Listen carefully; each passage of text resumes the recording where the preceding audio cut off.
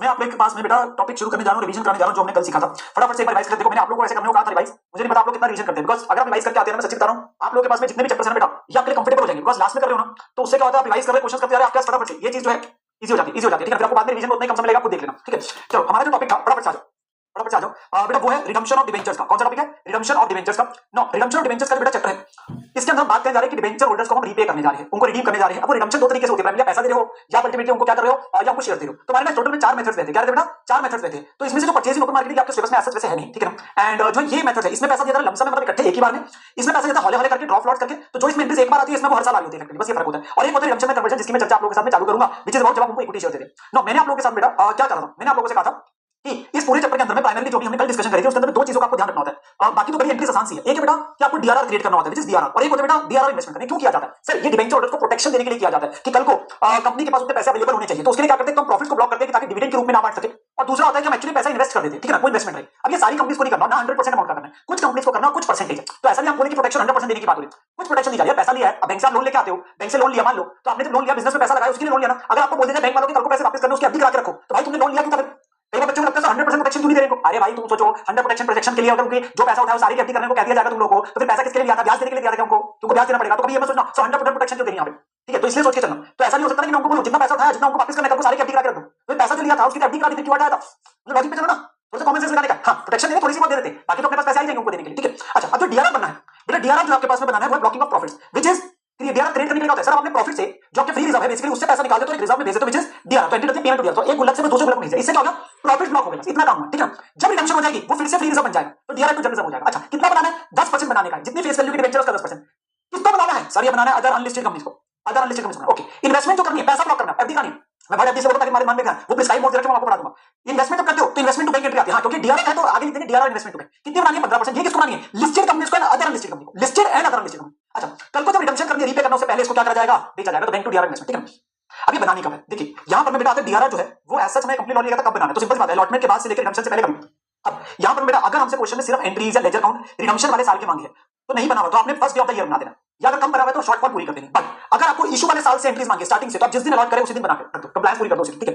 अच्छा, DRR investment में भी सेम चीज हमारा इंस्टीट्यूट फॉलो करता है, जबकि लीगली जो है, कानूनी जब हम लॉ पढ़ते हैं तो वो सिंपल होता है, डीआरआर इन्वेस्टमेंट जो करनी होती है जिस साल रिडम्पशन करोगे उसी के 30 अप्रैल तक बनानी होती है, मैक्सिमम जो बोलेंगे 30 अप्रैल डेट हम फर्स्ट डे बनाते हैं, फर्स्ट डे बनाते हैं, ठीक है। तो वैसे रिक्वायरमेंट 30 अप्रैल यूज करते हैं। फिर मैंने आप लोगों के पास एक क्वेश्चन कराया था एग्जांपल, जिसमें मैंने बस आपको इतना बताया था, डीआरआर आपके पास में वो 10% बना था, इन्वेस्टमेंट 15 की थी, ठीक है ना। कल को जाके इन्वेस्टमेंट को भेज देना पेमेंट करने से पहले, और डीआरआर जर्नलिज्म में चला जाएगा। अच्छा, अगर आपके पास में डीआरआर और डीआरआर इन्वेस्टमेंट पहले से है, तो हमें सिर्फ डिफरेंशियल देखना होता है कि पूरा बना हुआ है कि नहीं बना, एडिक्वेसी देखनी है कि बना हुआ है कि नहीं बना, ठीक है ना। बाकी एंट्रीज बड़ी नॉर्मल सी है। बाकी एंट्रीज की अगर मैं बात करूं मेरे प्यारे बच्चों, तो मैंने आपको एंट्रीज में बताया था, ये डीआरआर बनाने की एंट्री है, ये इन्वेस्टमेंट करने की एंट्री है। हाँ, अगर आपके पास इन्वेस्टमेंट पे रेट दिया हुआ है तो उसका इंटरेस्ट भी आ जाता है, तो बैंक टू इंटरेस्ट, और इंटरेस्ट कहां चला जाएगा? पीएल में, सिंपल सी बात है, ठीक है। ओके, फिर आप ड्यू करते हो, जब आप ड्यू करते हो तो बेटा रिडम्पशन ड्यू किसको सकते हैं? पार, प्रीमियम, डिस्काउंट, जो भी क्वेश्चन बोले, मैक्सिमम क्वेश्चन आप पार या प्रीमियम देखेंगे, मैक्सिमम क्वेश्चन आप पार या प्रीमियम देखते हैं, ठीक है ना। अब इस केस के अंदर बस रीपेमेंट की एंट्री डालने से पहले इन्वेस्टमेंट भेज देते, ये हमने सीखा था, और फिर रीपे कर दोगे जितना भी।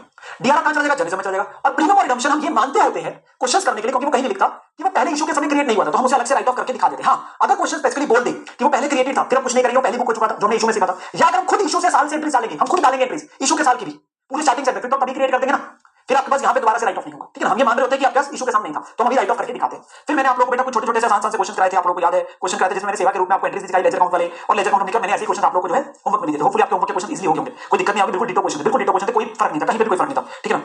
अच्छा, नाउ बेटा हमारा जो अगला आता है ना, इसमें एक मेथड, ध्यान से सुनते जाएंगे मेरी बात में, ध्यान से मेरी बात को जरा सुनते जाएंगे, विच इज जो मैंने आपसे चर्चा करनी है, which is about redemption bye conversion. Please मेरी बात को जरा सुनते जाएंगे सभी बच्चे। रिडम्पशन बाय कन्वर्जन में क्या हो रहा है सर? रिडम्पशन बाय कन्वर्जन में अभी आज का टॉपिक शुरू कर रहा हूं मेरे प्यारे बच्चों, सभी बच्चों का मुझे पूरे का पूरा फोकस चाहिए, यहाँ पर पूरे का पूरा फोकस चाहिए, ठीक है। रिडम्पशन बाय कन्वर्जन का बेटा मतलब होता है कि अब आप अपने पास जो डिबेंचर होल्डर्स है, अब आपके जो डिबेंचर होल्डर्स हैं, आप उन्हें पैसा नहीं दे रहे, आप उन्हें पैसा नहीं दे रहे, आप उन्हें बेसिकली शेयर्स देने जा रहे हैं कंपनी के। तो it means redeeming the debenture by converting them into shares, ठीक है ना। स्कीम ऑफ रिडम्पशन की आपके डिबेंचर होल्डर्स को दी जाती है, एंड उसमें क्वेश्चन में देखेंगे कई बार हम बोलते हैं कि कई आप ऑप्शन कर सकते हो, कैश लेना है कि शेयर ले सकते हो, तो वो अलग अलग ऑप्शन आते हैं, हम सीखेंगे, ठीक है ना। ड्यू की एंट्री बेटा बिल्कुल सेम है, ड्यू में कोई फर्क नहीं, ड्यू तो सिंपल आएगा, ड्यू तो सिंपल आएगा ना, हाँ सर ड्यू सिंपल आएगा। अच्छा, कन्वर्जन में बस फर्क है, अब आप डिबेंचर होल्डर टू बैंक नहीं करेंगे, अब आप डिबेंचर होल्डर टू बैंक नहीं करते, अब आप क्या करते हो? पार पे अगर कर रहे हो तो debenture holder to share capital, premium pay कर रहे हो तो मैं कोई एग्जांपल कराऊंगा पहले, debenture holder to share capital to security में, क्योंकि आप शेयर प्रीमियम पे दे रहे हो, अब आप शेयर पे दे रहे हो। सर थोड़ा सा एक एग्जांपल करा देंगे, हमें बिना एग्जांपल बिना वैल्यूज के ना सर समझ नहीं आता, सर भोले भाले हैं, सर भोले भाले, आपको पता तो हम कितने गंदे मुन्ने बच्चे हैं, मुझे पता है तुम्हारा। तो अभी देखो मार्को एग्जांपल कराने जा रहा हूं, किसका एग्जांपल कराने जा रहा हूं, फटाफट से मेरे साथ नोट करना शुरू करेंगे। Redemption bye conversion,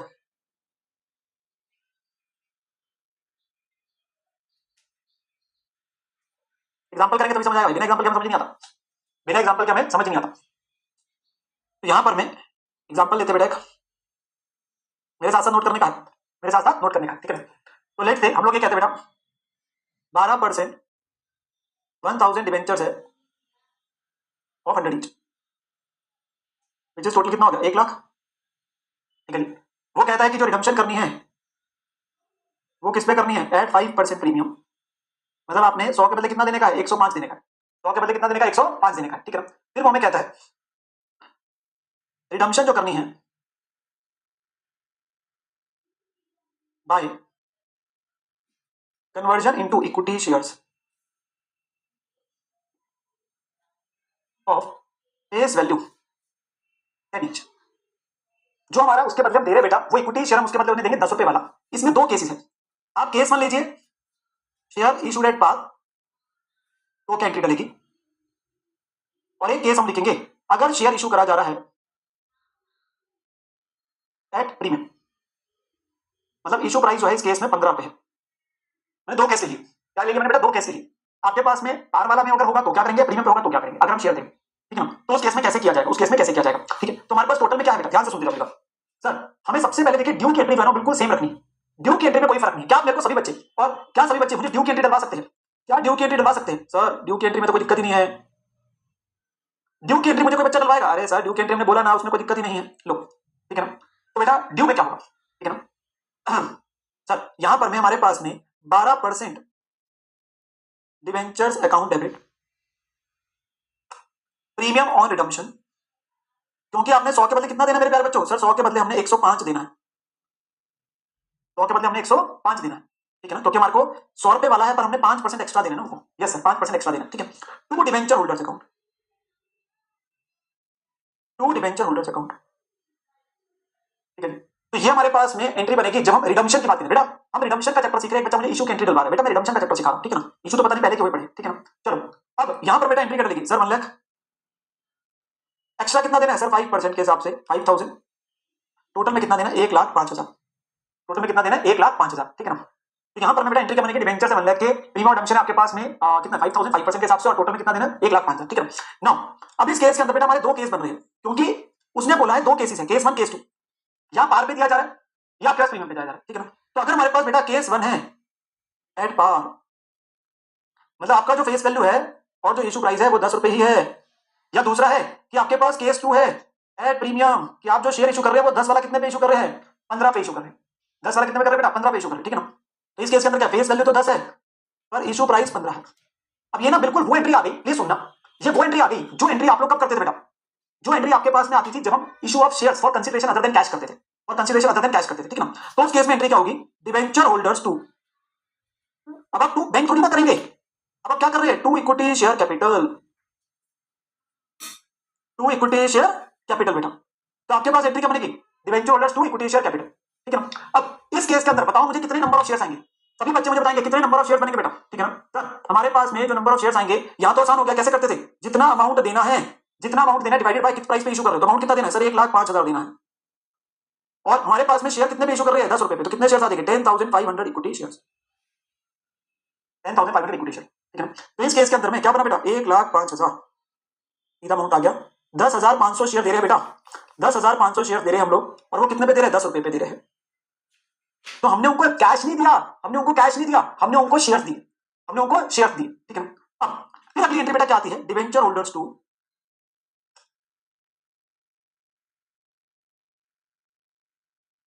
equity share capital to securities premium.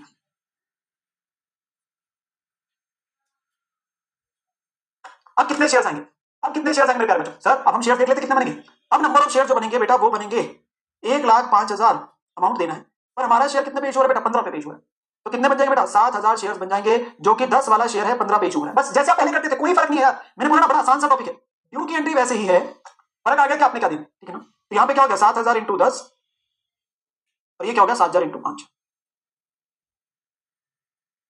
तो कितना हो गया 70,000 और 35,000, 70,000 और 35,000 ठीक है ना। अच्छा अब इसमें क्या करने का, ध्यान से सुनो, एक छोटी सी चीज आ रही है, छोटी सी चीज आ रही है जो मैं बताने जा रहा हूं। सर आपने एक चीज तो भूल ही गए, सर इतना आपने सिखाया हमें याद कराया सर, ऐसे कैसे सर, सर आपने डीआरआर और डीआरआई की तो बात ही नहीं करी सर, सर आपने गलती कर दी, क्या पहले एंट्री सीख लो, वो तो बताइए, तो तुम्हें आता है, उसमें नॉलेज तुम्हें पढ़ानी है वो तो तुम्हें आता है ना, हाँ सर आता है, वो तो सुन लो मेरी बात, वो तो सुन लो मेरी बात। तो यार बात समझो, बात समझो। आपको एक बात बतानी थी, किसी को मत बताना। आपको एक बात बतानी थी, किसी को नहीं बताना। बेटा आपके पास में जो कंपल्सरली कन्वर्टिबल डिबेंचर होते हैं, कौन से? कंपल्सरली कन्वर्टिबल डिबेंचर होते हैं। कंपल्सरली कन्वर्टिबल का मतलब होता है जिनको ये बोला गया है, जिनको ये बोला गया है कि तुम्हें शेयर ही मिलेंगे, पक्का ही पक्का, मतलब ऑप्शन भी नहीं है, ऑप्शन भी नहीं है, आपके पास कंपल्सरी है कि उन्हें शेयर ही देंगे। तो बेटा उस केस में हमारे पास डीआरआर एंड डीआरआरआई जो होता है वो होता ही नहीं है। लॉजिक समझो। जो आपके कंपल्सरी कन्वर्टिबल डिबेंचर होते हैं उसके अंदर में ना डीआरआर बनत है और ना डीआरआई होमत है, क्योंकि आपने यार जब उनको देने ही शेयर है तो भाई किस बात की प्रोटेक्शन? पैसा देना है तो पैसे की रिक्वायरमेंट होगी यार। जब तुमने उनके साथ में प्रॉमिस कर दिया कि तुम उन्हें शेयर ही दोगे तो फिर डीआरआर क्यों बनाने का, डीआरआई की क्या लोड है? सिंपल बात समझे ना। जब पक्का ही पक्का है कि आपने जब इशू किया, हाँ इसमें ऑप्शनली कन्वर्टिबल भी होते हैं, पार्टली कन्वर्टिबल होता है। मान लो पार्टली कन्वर्टिबल है, अभी क्वेश्चन करेंगे, मान लो 70% के बदले शेयर देंगे, 30% के बदले कैश देंगे, तो सिर्फ 30% के बदले कन्वर्ट करूंगा, मतलब डीआरआर डीआरआई बनाऊंगा। तो जितना हिस्से के बदले कन्वर्टिबल है उसके मुझे जरूरत नहीं है।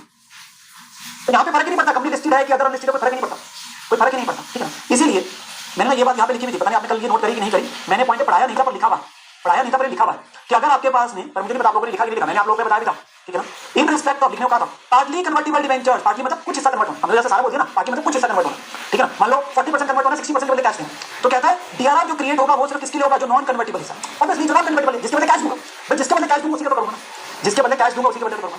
जो आपके पास कन्वर्टिबल है उसके लिए थोड़ा नहीं, जो कन्वर्टिबल है उसके लिए थोड़ा नहीं, ठीक है बात? यस सर, ठीक है बात, ओके। अब ना मैं आप लोगों को बेटा क्वेश्चन कुछ कराना चाहता हूं, मेरे साथ आराम से बिल्कुल प्यार से कुछ क्वेश्चन को करना है आप लोगों ने।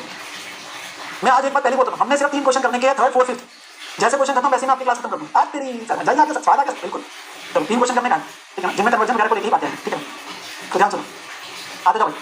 कहता है क्वेश्चन नंबर 3 है, ध्यान से सुनते जाओ। कहता है लिब्रा लिमिटेड है एक लिस्टेड कंपनी, क्या एक लिस्टेड कंपनी, उसने पब्लिक इशू किया in respect of its following information is available, ठीक है। कहता है number of partly convertible debentures हमने इशू करी है, पार्टली कन्वर्टिबल मतलब इसका कुछ हिस्सा कन्वर्ट होगा, देखने कितना 2 लाख डिबेंचर्स है, फेस वैल्यू और इशू प्राइस कितना पे इशू किया? 100 रुपए, 100 रुपए का डिबेंचर, ठीक है। कन्वर्टिबल पोर्शन कितना है बेटा? पर डिबेंचर 60%, मतलब 60% हिस्सा कन्वर्ट होगा, कितना होगा? 60% हिस्सा ही कन्वर्ट होगा यहाँ पर। और कन्वर्जन जो होगी वो एक्सपायरी ऑफ 6 मंथ्स के बाद होगी from the date of closing of the issue. बहुत अच्छा question in terms of the dates. तो अपना पूरा फोकस सिर्फ क्वेश्चन पे लगा लीजिए, और जो आधे बच्चे हमारी क्लास के ना जिनका सिर्फ चैट में ध्यान चल रहा है, मैं नाम लेके क्या ही बोलूंगा, बताओ बैच खत्म होने को आ गया, बच्चे कभी सुधरे नहीं है कुछ बच्चे, ठीक है। तो प्लीज फोकस लगाइए क्वेश्चन पे, फोकस लगाइए क्वेश्चन पे। 60% हिस्सा कन्वर्टिबल है और कन्वर्जन जो होनी है वो 6 महीने के बाद होनी है, ठीक है ना। क्लोजर कब हो रही है बेटा? सब्सक्रिप्शन लिस्ट उसने बोला 1 मई को, अलॉटमेंट कब हुई है आपके पास? 1 जून को। अब ये तारीख देखते जाना, डेट का खेल है इस क्वेश्चन में, पहले बता, ठीक है। इंटरेस्ट 15% है which is payable from the date of allotment, ठीक है। जो इंटरेस्ट हमें देना है वो डिबेंचर जो 15% इंटरेस्ट वाले है, और इक्विटी शेयर जो वैल्यू लगानी है जो कन्वर्जन के लिए 10 वाला शेयर 60 रुपए पे इशू करेंगे, ठीक है। Yes sir.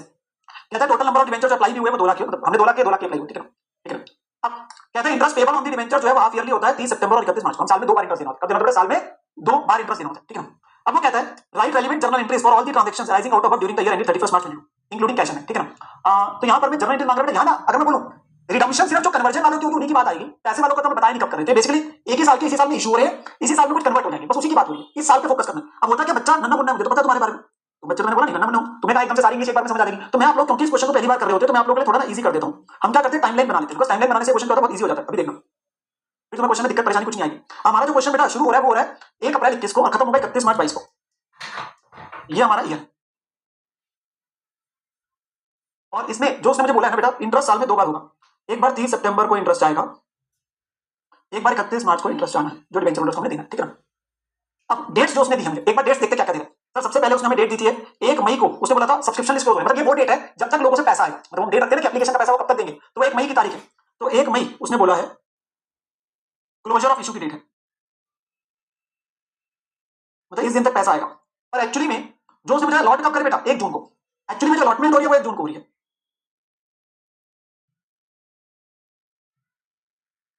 अलॉटमेंट हो रही है वो 1 मई। अच्छा हमारे नंबर ऑफ डिबेंचर्स कितने बेटा? 2 लाख, मैं वो भी लिख देता हूं। जो इशू करे जा रहे हैं वो फेस वैल्यू पे ही हो रहा है 100 रुपए पे, ये उसने मुझे पहली लाइन में लिखा है कि 2 लाख डिबेंचर्स है, फेस वैल्यू इशू प्राइस 100 रुपए। रेट ऑफ इंटरेस्ट कितना है ये उसने मुझे बताया 15% है, 15% रेट वाले है, ये भी मैंने लिख दिया।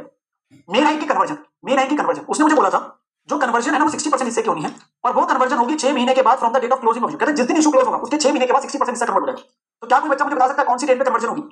क्या कोई बच्चा मुझे बता सकता है कौन सी डेट पे कन्वर्जन होगी? सोच के बताओ सर, कौन सी डेट से लेना है? क्लोजर ऑफ इशू की डेट में 6 महीने ऐड करने के हैं, तो 1 मई में 6 महीने ऐड करोगे तो कौन सी डेट बनी सर? 1 नवंबर। 1 मई की डेट में आओगे तो बेटा 1 नवंबर बनेगी, प्लीज समझो।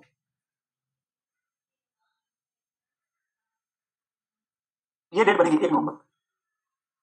कन्वर्जन कितने हिस्से की?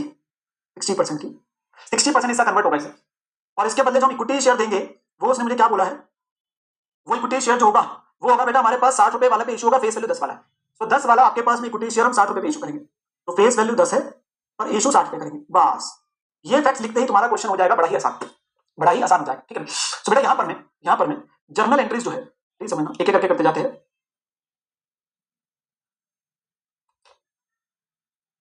मुझे 1 साल की डालनी है, ठीक है जी। अब ध्यान सुन जाना, सबसे पहली एंट्री हमारे पास कब आएगी सर? सबसे पहली एंट्री हमारे पास आ रही है, हम डेट भी लिखते जाएंगे, which is on 1 of May, जब पैसा आ रहा है, ठीक है ना।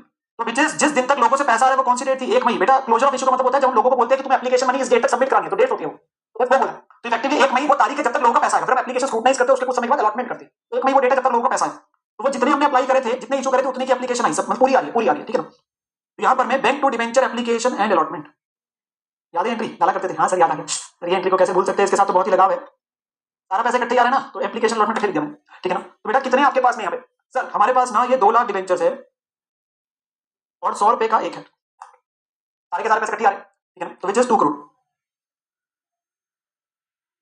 Which is 2 crore. अच्छा फिर 1 जून को जाके हम क्या कर रहे हैं सर? अलॉटमेंट कर रहे हैं। 1 जून को जाके क्या कर रहे हैं? अलॉटमेंट कर रहे हैं, ठीक है ना। तो जब आपके पास अलॉटमेंट आएगा तो एंट्री क्या बनेगी sir? Debenture application and allotment. Question आसान है अगर डेट क्लियर है, क्योंकि वो पैराग्राफ में देता है, वैसे पॉइंट में दिया तो आपके लिए इजी हो जाता है, इतना मुश्किल नहीं है। 2 कितने परसेंट वाले सर? 15% डिवेंचर से, तो 2 करोड़।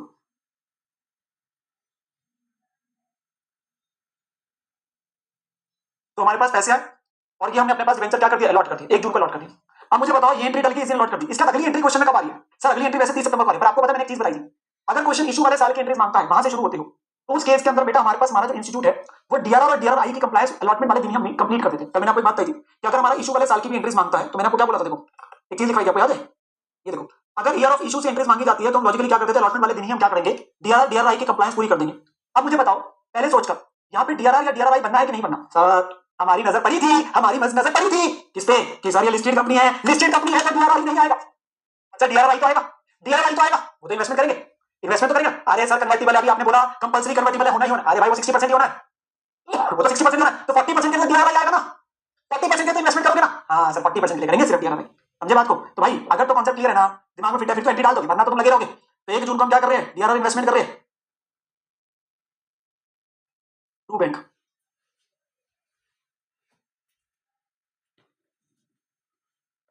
तो वो आपके पास कितना होगा सर? 2 करोड़ के हमारे पास है, उसके ऊपर हमारा सिर्फ 40% हिस्सा है जिनको कैश देना है, क्योंकि 60% के बदले तो शेयर दे देंगे, वो तो पक्का ही पक्का है, पक्का ही पक्का। और इसका भी कितना करना है? 15% ही तो करते हो इन्वेस्टमेंट जो है, 15% ही तो है, ठीक है। तो ये आपके पास में कितना बना? 12 लाख की इन्वेस्टमेंट करी जाएगी। और नीचे यहाँ पे आपकी नॉलेज के लिए लिख देता हूँ, no DRR listed company, no DRR क्योंकि लिस्टेड कंपनी है, तो वो लिख दिया आपको बताने के लिए कि आपको कंफ्यूजन ना रहे, कल को कंफ्यूजन ना रहे। अच्छा फिर जो डेट आती है बेटा वो आती है 30 सितंबर को, जिस दिन आप क्या दोगे? ब्याज दोगे भाई, ब्याज दोगे डिवेंचर होल्डर्स को, तो एंट्री क्या डलेगी? अब यहाँ देखो कोई टीडीएस वगैरह की बात नहीं है, होता है तो बताता है क्वेश्चन, तो सीधा एंट्री आ जाएगी interest on debentures to bank, सीधा ही डाल दो। आपने टू डिवेंचर टू बैंक करना, वैसे करो नहीं तो सीधा डाल दो, तो interest on debenture to bank, हमने पेमेंट करनी ब्याज की। बेटा हमारे पास में कितनी वैल्यू के डिवेंचर्स है सर? 2 करोड़ के, उनके ऊपर ब्याज देना, कितना परसेंट रेट है सर? 15% रेट है, 15% रेट है, ठीक है ना।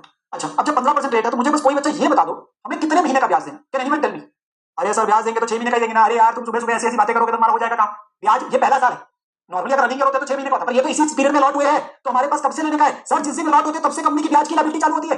और ये बात क्वेश्चन लिखी भी थी, ब्याज तो आपका शुरू कब से होता है? अलॉटमेंट वाली डेट से होगा ना, payment from the date of allotment, date of allotment से चालू होगा, डेट ऑफ अलॉटमेंट से चालू होगा। तो मेरे प्यारे प्यारे बच्चों, मेरे प्यारे प्यारे बच्चों, 1 जून से लेकर 30 सितंबर तक कितने महीने होते हैं सर? जून जुलाई अगस्त सितंबर, ये आधे नालायक बैठे क्लास में जो 5-5 महीने लगे हुए हैं, मेरे को तो समझ नहीं आ रहा ये कौन से वाला कैलेंडर अपने पास में पढ़ रहे हैं जो 5-5 महीने का ब्याज बोल रहे हैं। भाई डेट ऑफ अलॉटमेंट से लेकर यहां तक 4 महीने होते हैं सर। अब तो इतने दिन हमारे आगे, हम महीने भी काउंट नहीं कर पा रहे सर, क्या करें सर? बड़े टेंशन में रहते हैं सर, प्लीज कोई इलाज बताना सर। हाँ बेटा इतना ज्यादा पढ़ लिया हमारी क्लास के बच्चे, महीने में बेचारे घूमोगे, ठीक है ना।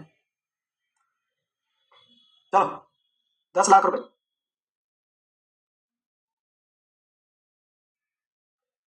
तो बेटा ये कब से आ रहा है? लिख देता हूँ ये तुम्हारे लिए, तुम खतरनाक बच्चे हो भाई। 1 जून से लेके 30 सितंबर तक के ही आना है ब्याज, ठीक है ना।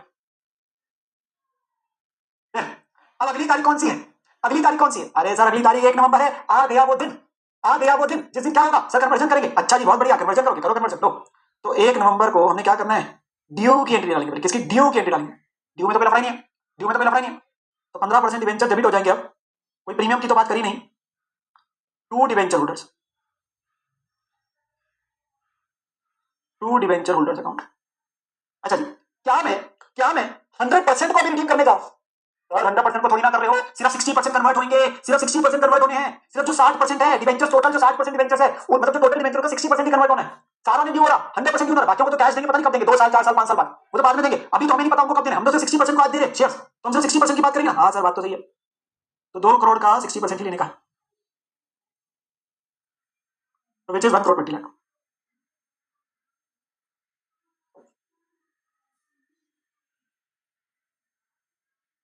क्वेश्चन आसान है अगर आप स्लो चलते हो, बाकी तो आप कंफ्यूजन जितनी मर्जी करते हो, बेटा कंफ्यूजन का कभी जीवन में अंत नहीं होता, ठीक है ना। और फिर आप क्या दे दोगे इनको, सर इक्विटी शेयर दे दोगे, आराम से चलोगे, क्वेश्चन कोई कंफ्यूजन नहीं, डेट वाइज चलना सीखो, तभी तुम्हें टाइमलाइन काम आएगी, तुम्हें खुद पता चल रहा होगा। Debenture holders to equity share capital, क्योंकि प्रीमियम पे दे रहे हो, 10 वाला शेयर 60 रुपए पे दे रहे भाई, टू सिक्योरिटी प्रीमियम।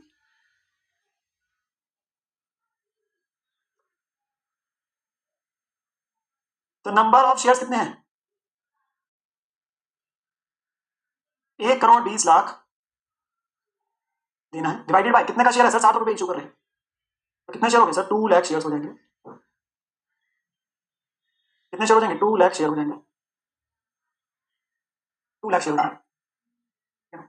बेटा हमने कितना परसेंट कन्वर्ट करना था, क्वेश्चन में बोला था सर सिर्फ 60% कन्वर्टेबल हिस्सा है, तो 60% ही कन्वर्ट करूंगा ना, यस सर। तो 2 करोड़ के टोटल डिवेंचर, उसका 60% ही आज रिडीम करने जा रहा हूं। और रिडम्पशन किससे करने जा रहा हूं? कन्वर्जन से। हम उनको पैसा नहीं देंगे, शेयर मारेंगे उनके मुंह पे। कल तक तो हम चेक मार रहे थे ना, big cheque thrown on their face, आप लिखते थे जर्नल एंट्री। यहां पे हम उनको चेक नहीं उनके मुंह पे मार रहे, हम उनके पास में क्या कर रहे हैं, हम उनको अपनी तरफ से उनके मुंह पे शेयर मार रहे हैं कंपनी का। तो उनको शेयर दे रहे हैं, पर कितने वालों को दे रहे हैं? सिर्फ 60% को दे रहे हैं भाई, ठीक है ना। तो टोटल में 1 करोड़ 20 लाख है जो उनको देना है, ठीक है। और इस केस के अंदर में 2 लाख इंटू शेयर है 10 रुपए जाएगा फेस वैल्यू, शेयर 60 रुपए में दे रहे थे, शेयर 60 रुपए में दे रहे थे, 50 का प्रीमियम आ गया, तो कितना बना सर? 20 लाख और 1 करोड़।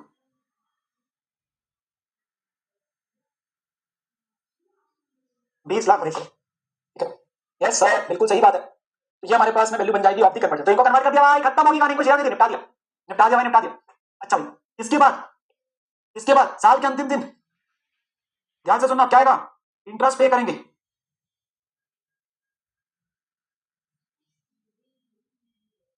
मैं तुमसे बस ये जानना चाहता हूं, इस एंट्री का अमाउंट अगर तुम मुझे निकालने में मदद करोगे तो मुझे मजा आ जाएगा। इंटरेस्ट, इसमें मजा आने वाला है। आपको पता है क्यों? हमने कब तक का इंटरेस्ट दे दिया था? इस डेट तक का दे दिया था, यहां तक का क्लोज है, आपको पता है। हाँ, आप बच्चों ने पकड़ लिया पॉइंट, आप बच्चों ने पकड़ लिया पॉइंट।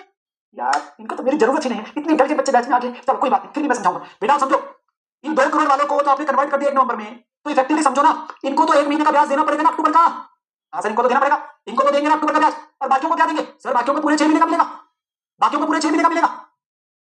इनको क्या होगा? इनको 1 महीने का मिलेगा, क्योंकि 30 सितंबर तक का तो पे सबको कर चुका हूं, तो इनको 1 महीने का मिलेगा। और इनको क्या होगा? इनको बाकियों को पूरे 6 महीने का मिलेगा। समझे बात को? तो इस केस के अंदर में जब आप इंटरेस्ट लेने आओगे, मेरी बात ध्यान सुनना, मेरी बात ध्यान सुनना, जो 60% हिस्सा था जिनको कन्वर्ट कर दिया था, उनको मिलेगा बेटा 1 अक्टूबर से लेकर 1 नवंबर तक का ब्याज, सिर्फ 1 महीने का। और जो 40% हिस्सा है उनको मिलेगा 1 अक्टूबर से लेकर 31 मार्च तक का ब्याज, ठीक है। तो यहां पर में जो हमारे 2 करोड़ वाली वैल्यू के थे उसका 60%, जो हमारा था 1 करोड़ 20 लाख, उसके ऊपर 15% रेट है और 1 महीने का है। और जो हमारे 2 करोड़ का 40% है, जिनको तो रिडीम नहीं किया, वो तो पड़ी है हमारे पास में, उनको तो पता नहीं कब रिडीम करेंगे, उनको तो पता नहीं कब रिडीम करेंगे, इनको मिलेगा 15% पूरे 6 महीने का, ठीक है ना। ये बना 150 और 6 लाख, तो कितना आ गया? 7.5 लाख। तो टोटल में कितना देंगे बेटा? 750 का इंटरेस्ट पे करेंगे। अच्छा, मैं इसमें आपको एक लीगल रिक्वायरमेंट वाली बात बता देता हूं, मतलब जिसमें आपको कोई कंफ्यूजन नहीं रहनी चाहिए। आप ये पूरे 7.5 लाख की जो एंट्री है, ये आप 31 मार्च को दिखा देंगे तो भी आपको पूरे नंबर मिलेंगे जो इंस्टीट्यूट करके दिखाता है। पर जब आप प्रैक्टिकली और जब आपका कानून पढ़ते हैं, तो वहां पर में आपके पास में ये एंट्री एक्चुअली में 1 नवंबर को ही डलनी चाहिए थी।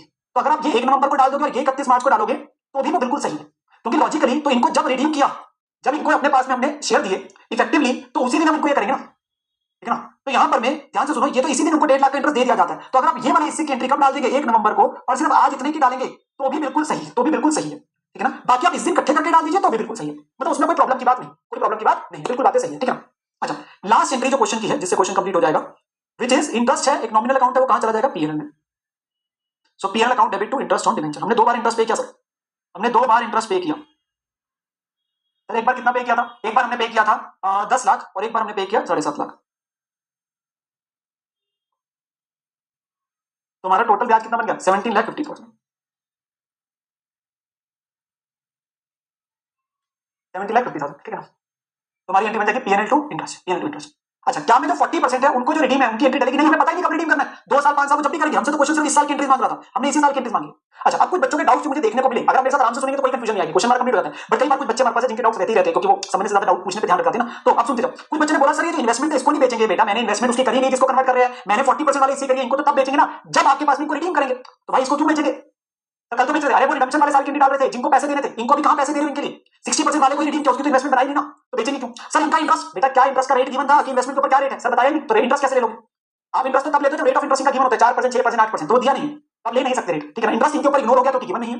इनको बेचेंगे नहीं, इनको कब बेचेंगे? जब इनको रिडीम करेंगे, सिंपल सी बात समझो, ठीक है ना। अच्छा, फिर आपके पास में जो ये डाउट आ रहा है कि सर ये वाली एंट्री मैंने फिर से बोल दी 1 नवंबर को डाल सकते हो और ये 31 मार्च को आएगी, मतलब पूरे क्वेश्चन में सिर्फ यही चीज थी यहाँ पर, ठीक है ना। और यहाँ पे कहीं प्रीमियम और रिडम्पशन था नहीं, ना हमने इशू प्रीमियम पे किए थे, सिर्फ आपके पास में जो हमने शेयर्स दिए थे वो प्रीमियम पे थे, डिवेंचर नहीं थे, डिवेंचर नहीं प्रीमियम पे थे ना, उन्हें इशू भी पार पे किया था और उनको रिडीम भी पार पे ही कर रहे। ये तो जो नए शेयर दे रहे थे 60% वाले, क्वेश्चन में पूरे का पूरा सिर्फ और सिर्फ आपके पास में रोल इस, अगर आपके पास ये क्लियर हो जाता टाइम में आपके क्वेश्चन में कहीं दिक्कत नहीं, कहीं क्वेश्चन में दिक्कत नहीं आ सकती, ठीक है ना। ओके, अब मैंने आप लोगों से इसी में एक छोटी सी बात करनी है। आपको पता है हमारी क्लास में एक चीज सबसे ज्यादा करते हैं, उस पर मैं विश्वास करता हूँ। क्या सर आप विश्वास करते हो? आप विश्वास करते हो हाँ सेवा पे, तो मेरे को आपके पास में सेवा पे बात करनी है। जब बेटा आपको बोला था पहले कि वो आप एंट्री डाल सकते हो, तो के बाद में जाते हो तो दिक्कत है आपकी, आप interest to debenture to bank कर दो या सीधा इंटरेस्ट टू बैंक कर दो, कोई फर्क नहीं पड़ेगा, ठीक है। अच्छा, ध्यान से मेरी बात सुनते जाओ, ध्यान से मेरी बात सुनते जाओ बेटा। मैं एक छोटी सी एक्स्ट्रा बात करने जा रहा हूँ इसी क्वेश्चन में। एक्चुअली ये बात आपको इसलिए पता होनी चाहिए क्योंकि कभी अगर आपका समय माड़ा होगा तो आपको ये बात याद आएगी। ये चैप्टर ऐसा है जो सी इंटरमीडिएट से उठ के आया था हमारा May 24, जब आपका कोर्स चेंज हुआ था, न्यूज़ की डिस्कवर पढ़ रहे हैं हमारे कुछ चैप्टर क्या आए थे, अकाउंट फ्रॉम इनकम्प्लीट रिकॉर्ड था, बोनस राइट इशू है, रिडम्पशन ऑफ डिबेंचर है, रिडम्पशन ऑफ प्रेफरेंस है, ये मैंने आपको बताई थी चीजें, ठीक है। तो जब ये चैप्टर इंटरमीडिएट में था तो वहां पे जब ये सेम क्वेश्चन था तो उसमें ना छोटा सा एक्स्ट्रा पार्ट और था, छोटा सा एक्स्ट्रा पार्ट और था जो मैं आपको बताना चाहता हूँ, क्योंकि इंस्टीट्यूट ने जो इकलौता क्वेश्चन दिया उसमें से वो पार्ट हटा दिया। होगा क्या, अगर बाई चांस वो पार्ट पेपर में आ गया आपके तो आप कंफ्यूज हो जाओगे। वो मैंने जानबूझ के होमवर्क के क्वेश्चन में रखा है, क्योंकि आप होमवर्क के क्वेश्चन में जब देखेंगे ना तो यही सेम क्वेश्चन एक बार 8 नंबर का पेपर में आया, यही सेम क्वेश्चन ऐसे बिल्कुल 10 नंबर का आया, पर इंटर में थे, तो उनमें पॉइंट है, उनमें पॉइंट है। तो कल को अगर ये हमारे क्वेश्चन में आपके में आ गया तो आना चाहिए, तो वो मैं पॉइंट आपको दिखाना बताना चाहता हूँ जो आपके पास बड़ा आसान सा पॉइंट है। जो एक्स्ट्रा पार्ट क्या है हमारे क्वेश्चन में, तो मैं लिख देता हूँ, when this question was in CA inter, when this question was in CA inter, CA foundation में आके उन्होंने वो पॉइंट बता दिया। तो उस क्वेश्चन में क्या फर्क था चीजों का? वो फर्क था बेटा कि क्वेश्चन हमें इसी में बोल रहा था नंबर ऑफ डिवेंचर्स अप्लाइड जो हमने इशू करे वो हमने करे 2 lakh, number of debentures applied, अभी तो हमने जितने के लिए पैसे मंगाए सभी के आगे ना बेटा, बट अब मैं थोड़ा सा चेंज करने वाला हूं, तो 150 के ही पैसे आए और साथ में लिखा है अंडर राइटिंग कमीशन 2%, मतलब इस क्वेश्चन में ये फैक्ट्स का ही फर्क है, बाकी सब सेम है, लेट से 2%। आप अपने कंपनी लॉ में बात पढ़ते भी है अबाउट अंडर राइटिंग कमीशन जो अंडरराइटर को दी जाती है, और मैंने आपको समझाई भी थी एक बार बात, अंडरराइटर कौन होता है? सर अंडरराइटर वो व्यक्ति होता है कि कल को हम उसके साथ ये एग्रीमेंट कर रहे हैं, हम पब्लिक इशू के लिए जा रहे हैं कि अगर लोगों ने नहीं लिए तो वो लेगा, तो वो रिस्क उठा रहा है, वो क्या उठाता है? रिस्क उठाता है।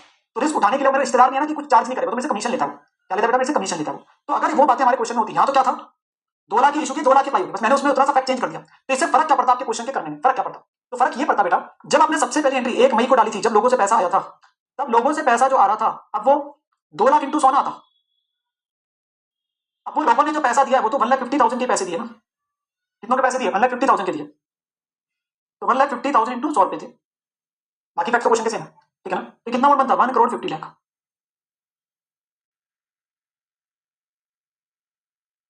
ठीक है जी। फिर 1 जून को जाके जब मैं अलॉटमेंट करने की बात करूंगा तो debenture application and allotment account debit 1,50,00,000। अब यहां पे मुझे तो बाकी 50,000 की जो शॉर्टफॉल है, 50,000 हमें कम मिले हैं, इसकी शॉर्टफॉल कौन बियर करेगा? फटाफट से मुझे बताओ, इसकी शॉर्टफॉल कौन बियर करेगा? सर इसकी शॉर्टफॉल अंडरराइटर बियर करेगा। पब्लिक ने जो पैसा दिया, पब्लिक ने जो डिवेंचर लिए वो तो 1.5 लाख के पैसे दिए, तो बाकी तो अंडरराइटर से लेने ना, तो अंडरराइटर को मैं अपना डेटर बना लूंगा, तो बाकी पैसे मुझे अंडरराइटर देगा तो उसको मैंने अपना डेटर बना लिया। तो मैंने अलॉट कर दिया सारे 15% डिवेंचर 2 करोड़ के, 2 लाख डिवेंचर थे सारे अलॉट कर दिए। हाँ, 1.5 लाख पब्लिक को करे, 50,000 अंडरराइटर को करे, तो मुझे उससे कितने पैसे लेने हैं? क्योंकि इतने की शॉर्टफॉल होगी ना, तो इसके पैसे मुझे कौन देगा? अंडरराइटर देगा ना। तो I have made him debtor, किसी से अगर पैसे लेने हैं तो उसे क्या बना लेते हैं? डेटर बना लेते हैं, डेटर। तो उससे 50 लाख लेने हैं, उसे 50 लाख लेने हैं क्योंकि उसने डिवेंचर मुझे अलॉट कर रहा हूं, भाई तू देगा मुझे पैसे, हमारा एग्रीमेंट हुआ है तेरे साथ। वो क्या बोलेगा? वो बात तो ठीक है, तुमने मेरी कमीशन भी तो देनी है, तुमने मेरी कमीशन भी तो देनी। मैं कहता हूं हाँ रुक, मैं कमीशन की एंट्री तो डालूं पहले, तो मैं कमीशन की एंट्री डालूंगा, कमीशन मेरा खर्चा है, तो खर्चा डेबिट होगा, अंडर राइटिंग कमीशन डेबिट, और ये कमीशन मैंने किसको देनी है, अंडर राइटर को देनी है, तो अंडर राइटर को ड्यू कर दिया टू अंडर राइटर। तो मैंने उससे पैसे लेने किसके, जो आपके पास डिवेंचर कम लोगों ने ली, और मैंने उसको किसके देने बेटा, कमीशन के पैसे देने, किसके देने, कमीशन के देने। सवाल ये उठ के आया, कमीशन जो 2% देनी है वो किस अमाउंट पे रेट लगेगा, क्या ये 2%, सोच के बताना, 50 लाख पे लगेगा, 1.5 करोड़ पे लगेगा कि 2 करोड़ पे लगेगा। बस मैं वैसे आपसे जानना चाहता हूँ, थोड़ा सा सोच के, मतलब थोड़ा सा सोचो, मुझे तो ये 2% जो रेट है वो किस पे लगाऊंगा, 1.5 करोड़ पे, 50 लाख पे कि 2 करोड़ पे, जस्ट वैसे, just give your fair idea, fair idea कि किस पे लगेगा, 2 करोड़ पे, 1.5 करोड़ पे कि 50 लाख पे। अलग अलग आंसर आ रहे हैं, तभी तो मजा आएगा ना, क्योंकि आपने सोचा और अब आपको सही चीज का पता चलेगा। बेटा जो मुझे पता कमीशन क्यों दे रहे हैं सर, कमीशन हम इसलिए दे रहे हैं, जस्ट अंडरस्टैंड द रीजन कि सर अगर कल को शॉर्टफॉल हो गई तो फिर मतलब वो बियर करेगा। तो मुझे बताओ कमीशन उसके रिस्क पे है ना, भाई वो रिस्क उठा रहा है, सोच के बताना उसने रिस्क कितने का उठाया, सोच के बताना उसने रिस्क कितने का उठाया। अगर मुझे आप इसका आंसर देंगे मजा आएगा, उसने रिस्क कितने का उठाया। सर उसका रिस्क तो 2 करोड़ का था, क्योंकि कल को अगर पब्लिक एक भी डिवेंचर ना लेती तो उसे तो पूरे 2 करोड़ कंपनी को देने पड़ते ना। कमीशन उसकी किस पे है, रिस्क पे है, उसने रिस्क कितना उठाया, वो तो उसे देने 50 लाख पड़ रहे हैं, उसका रिस्क तो 2 करोड़ का था, उसका रिस्क कितने का, 2 करोड़ का। भैया कल को पब्लिक एक डिवेंचर भी ना मिलता कंपनी को, पब्लिक से पैसे तो उसे सारे 2 करोड़ कंपनी को देने पड़ते ना, तो उसका रिस्क कितना है, वो तो लोगों ने दे दी 1.5 लाख। तो कमीशन हमेशा उसकी रिस्क होती है, तो ये 2 करोड़ का 2% होगा बेटा, उसका रिस्क कितना था, which is 2 crore, which is आपके पास में 4 लाख होगी। अब ये 4 लाख मुझे उसे देना ही देना है ना, इररिस्पेक्टिव पब्लिक ले रही है पब्लिक नहीं ले रही है, क्योंकि इतना तो रिस्क उठा। अब ये थोड़ा बोलोगे फिर तो तुम लोगों के हिसाब से क्या होना था, तुम लोगों के हिसाब से क्या होना था, अगर सारे पब्लिक ही दे देती, तुम तो कहते भाग पब्लिक से आगे भाग जा, तेरे को कोई कमीशन नहीं, वो कहेगा मेरे साथ क्या हो गया। आप मेरी बात समझ रहे, तो अगर तुम्हारे हिसाब से जिन्होंने 50 लाख बोला, फिर उनका कहना तो ये है कि अगर सारे पैसे पब्लिक नहीं दे दिए होते तो फिर तो मैं उसे कमीशन ही ना देता, ऐसा थोड़ी ना है। उसका रिस्क तो 2 करोड़ का उठाया ना उसने, कल को पब्लिक नहीं लेगी उसकी जगह से 2 करोड़ कर सकते हैं ना, तो वो है तभी वो आपके पास में, ठीक है। अच्छा भाई अब एक छोटी सी कॉमन सेंस की बात करेंगे, कॉमन सेंस की। मैंने अंडरराइटर से 50 लाख लेने हैं, मैंने अंडरराइटर को 4 लाख देने हैं, बताओ अंडरराइटर क्या करेगा, तुम बोलते तुम क्या करते, तुम क्या मुझे 50 लाख रुपए देके जाओगे और मैं तुम्हें अलग से अगले दिन 4 लाख दूंगा कि तुम कहोगे यार नेटिंग ही कर लो, तुम क्या बोलोगे नेटिंग ही कर लो, यार मैंने तेरे 50 लाख देने हैं 4 लाख लेने हैं, तो ऐसा करना नेटिंग ही कर लेना यार। तुम्हारे पास में नेटिंग आपके पास करके वो क्लोज कर लेगा अपना अकाउंट, तो वो मुझे कितने पैसे देगा, बैंक टू अंडरराइटर 46 लाख, तो उससे अंडरराइटर वाला जो पार्ट था वो खत्म हो जाएगा। तो अंडरराइटर से हमारे पैसे आ गए, मैंने उसे कमीशन के पैसे दे दिए, तो 50 लाख रुपए मैंने उससे लेने हैं, 4 लाख रुपए मैंने उसे देने हैं, तो नेट में वो मुझे 46 लाख देगा और हमारा हिसाब किताब खत्म, मैंने उसे डिबेंचर अलॉट कर दिए, ठीक है ना। तो this is how the flow of entries work. अगर आपके पास में अंडरराइटिंग कमीशन का पॉइंट आता है, और ये कब था, जब मैंने आपको बोला था कि जब ये क्वेश्चन इंटर में था, और आपको ऐसा होमवर्क में इसलिए मिलेगा क्योंकि मैंने इंटर वाले डाले गए, इंटर डाले, ठीक है। तो इसलिए आपको पता होना चाहिए, क्योंकि कल को अगर दिन मारो, देखो उन बच्चों के लिए पॉइंट बिल्कुल नहीं हो जाएगा जो बच्चे सिर्फ आईसीए का स्टडी में करके जा रहे हैं, प्लीज समझो, ठीक है ना। तो अब तुम क्या कर रहे हो, तुम्हें हल्का सा एक एक्स्ट्रा क्यों करा रहा हूं, क्योंकि इंटर में देखा गया कि क्वेश्चन है, उन्होंने स्टडी में से वो पॉइंट हटा दिया, तो क्या भरोसा वो तुमको डाल दे यार, इससे चीज शेयर में हो सकती है, बिल्कुल हो सकती है, उसमें कोई दिक्कत की बात नहीं, बिल्कुल शेयर में हो सकती है। तो ये आपको मैंने इसलिए होमवर्क क्वेश्चन में डाले वो इंटर वाले पेपर के क्वेश्चन, ठीक है ना, ताकि आपको पता है उसमें कोई मुश्किल नहीं है ना, किया है तो देखो मुश्किल नहीं है ना, किया तो ये मुश्किल बन जाता। चलो ये थोड़ा बड़ा क्वेश्चन था, अगले वाले आपके पास में आ जाएंगे, जैसे बेटा का पेपर में आज तक बिल्कुल आ सकते हैं, चैप्टर तुम्हारे सिलेबस में डाल दिया तो इसलिए तो करा रहा हूं, क्या सवाल पूछते हैं यार। अब तुम्हारा अगला सवाल करिएगा पेपर में आएगा कि नहीं आएगा, मैं तुम्हारे शाम को बता दूंगा जिस दिन तुम्हारा पेपर होगा, ठीक है, पक्का पक्का भाई। Never under estimate your institute which is your ICL, भाई वहां पे कुछ भी हो सकता है, कैसा भी हो सकता है, प्लीज समझना, ठीक है। तो तुम्हें हर चीज की तैयारी करके जाने का। चलो आगे आ जाओ, क्वेश्चन नंबर 4 आ जाओ भाई, आसान सा क्वेश्चन है, छोटा सा क्वेश्चन, ठीक है। वो क्या कहता है, कंपनी हैड इशूड 20,000 13% डिबेंचर से 100 ईच वाले, आसान क्वेश्चन, बहुत आसान है। फर्स्ट अप्रैल को तो 20,000 हमने डिबेंचर्स कभी इशू करे थे बेटा 100 रुपए पे, ठीक है, 1 अप्रैल को डिबेंचर होल्डर्स की रिडम्पशन कब होनी है, 1 जुलाई 22 को, तो 1 जुलाई 22 को क्या करनी है, रिडम्पशन करनी, ठीक है। टर्म्स ऑफ इशू प्रोवाइड करता है कि उनको रिडीम किस पे करना है बेटा, रिडीम करना है 5% प्रीमियम पे, रिडीम करना है 5% प्रीमियम पे, ठीक है। और उनको ऑप्शन दिया गया है, अभी पीछे क्या था कन्वर्टिबल पक्का पक्का दिया, क्या ऑप्शन दिया था, अब ऑप्शन में ना थोड़ी सी इंग्लिश लिखता है वो इंग्लिश को समझना है, ठीक है ना। तो ऑप्शन दे रहा है डिबेंचर होल्डर्स को, क्या ऑप्शन दे रहा है कि तुम कन्वर्ट करा सकते हो 20% होल्डिंग को अपने इक्विटी शेयर्स में, 10 रुपए वाला फेस वैल्यू कितने रुपए का आएगा, 15 रुपए का।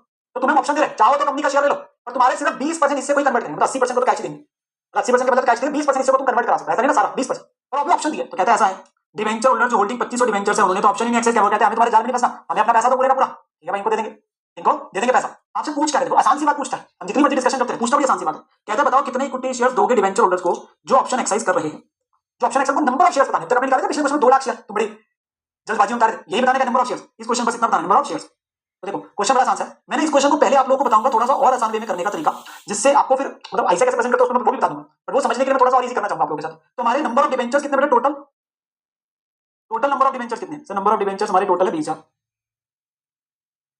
ठीक है ना। और इनकी फेस वैल्यू 100 पर रिडम्पशन करनी है 5% प्रीमियम पे, रिडम्पशन वैल्यू जो है वो है 5% प्रीमियम, तो 100 में हमने 5% एक्स्ट्रा करके देने का 105 में, अब मेरी बात ध्यान से सुनो, अब मेरी बात ध्यान से सुनो बेटा, हमारे पास में टोटल जो है वो 20,000 डिवेंचर है। इसमें से ना हमने इनको जब ऑप्शन दिया ना, हमने जब इनको ऑप्शन दिया तो हो क्या रहा है, कुछ लोगों ने तो ऑप्ट किया फॉर कन्वर्जन, उनको फार्म भेजा, फार्म। देखो देसी भाषा में फार्म ही बोलते हैं आज भी, तुम इंग्लिश वाले लोग हो तुम फॉर्म बोलते हो, मैं बोलता हूँ farm.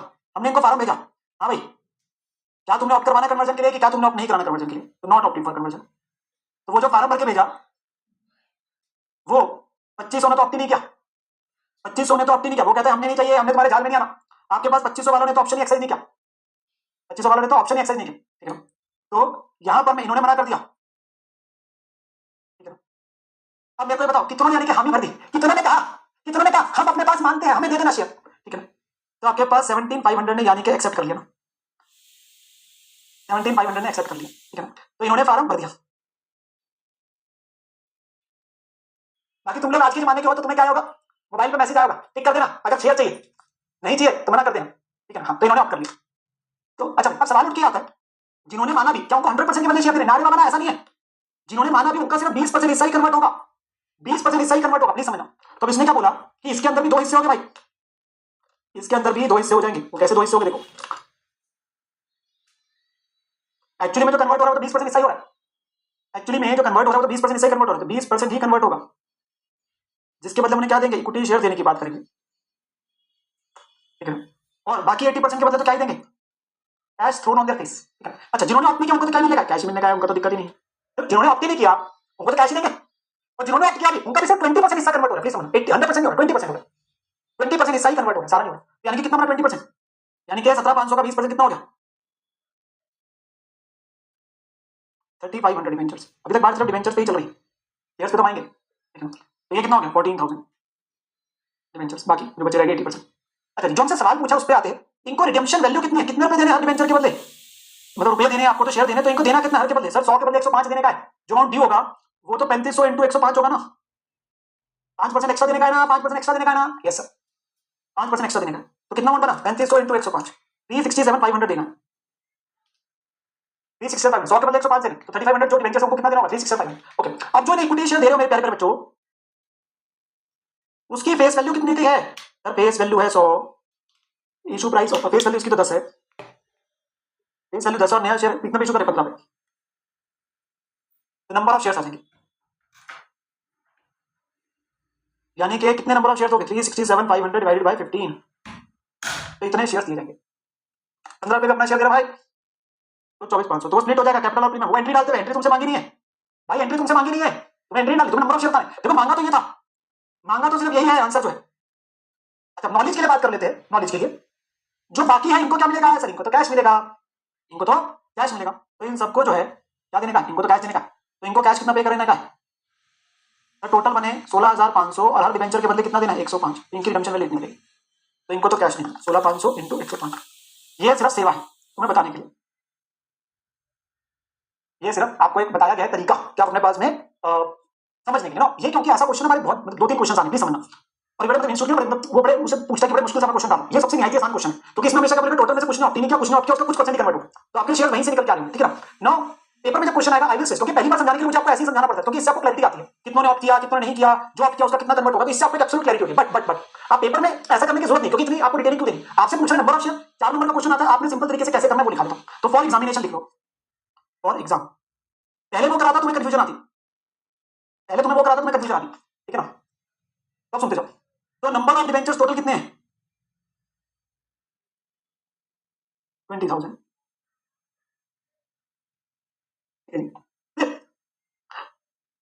Number of debentures not opted for conversion, कितनों ने ऑप्ट नहीं किया, पहले उसको हटाएंगे ना, पहले उसको हटाएंगे, यस सर उसको हटाएंगे, तो कितनों ने ऑप्ट नहीं किया 3,500 2,500 सॉरी, तो नंबर ऑफ डिवेंचर्स यानी कि ऑप्टेड फॉर कन्वर्जन कितनों ने ऑप्ट किया 17,500, कन्वर्टिबल पोर्शन कितना है, हर के बदले कितना देना है, कितना हिस्सा कन्वर्ट होना है, 100% थोड़ी ना होना है, सिर्फ वो 20% होना है, सारा तो होना है, सिर्फ 20% तो होना है, जिन्होंने एक्सेप्ट किया भी, जिन्होंने वो फॉर्म भर के भेज दिया, सॉरी फॉर्म भर के भेज दिया, उनको भी सिर्फ 20% के बदले ही शेयर मिलेंगे। तो number of debentures to be converted 17,500 का 20%, 3500। रिडम्पशन वैल्यू हर 100 के बदले कितना देना है? 105। तो 3500 के बदले कितना देना होगा? मतलब हम तो 105 के एंगल से देंगे ना, तो कितना आएगा? 367,500। मतलब हम तो 100 रुपए की फेस वैल्यू बदले 105 देना एक डिबेंचर में, तो 3500 वाले के बदले कितना हो गया? 367। Now number of equity share जो निकालने हैं, उसकी फेस वैल्यू कितनी है? 10, इशू प्राइस कितना है? 15। तो नंबर आ जाएगा 67,500 डिवाइडेड बाय 50, 24,500। देखो मैं आपको सच्ची बात बता रहा हूं बेटा, अगर मैं इसी को आपको सबसे पहले लिखता, आधे बच्चे हमारे पास में इसमें थोड़ा सा क्या कहते हैं, बड़ा मुश्किल है, बड़ा अजीब सा, बिकॉज आई सीन दिस और मैं पास एक्सपीरियंस, मैं सीधा जब इसको सॉल्व कराता हूं 30-40% बच्चे समझ जाते हैं। कईयों को इसमें कंफ्यूजन लगता है, पता नहीं चल रहा इंग्लिश क्या लिखी जा रही है, इतनी इंग्लिश तो हमसे संभाली नहीं जाती, इतनी इंग्लिश हमसे संभलती नहीं, एक ही बार क्वेश्चन, एक ही क्वेश्चन में इतनी इंग्लिश सारी लिख दी आपने, ठीक है, कुछ एंट्री नहीं है, कुछ नहीं है ना। अब क्या होगा आपके पास में, जब मैंने आपको ये कराया, अब आपके दिमाग में समझ आ गई बात, अच्छा ये था, अब इसको मैं ऐसे दिखा सकते हैं, अब जैसे मर्जी लिख दो ना, उसमें कोई नहीं, आपको फ्लो समझ आ गया, अब आपको फ्लो समझ आ गया, तो इसलिए मैंने पहले आपके सामने पूरा बनाया, और मैंने तो इसे 2 बार सॉल्व कर दिया क्वेश्चन, समझ रहे? वो क्यों किया? तुम्हारे लिए किया ताकि तुम्हें समझ आ जाए, वरना तुम्हें सीधा समझ नहीं आना वो क्या है, ठीक है? क्या क्लियर हो गया?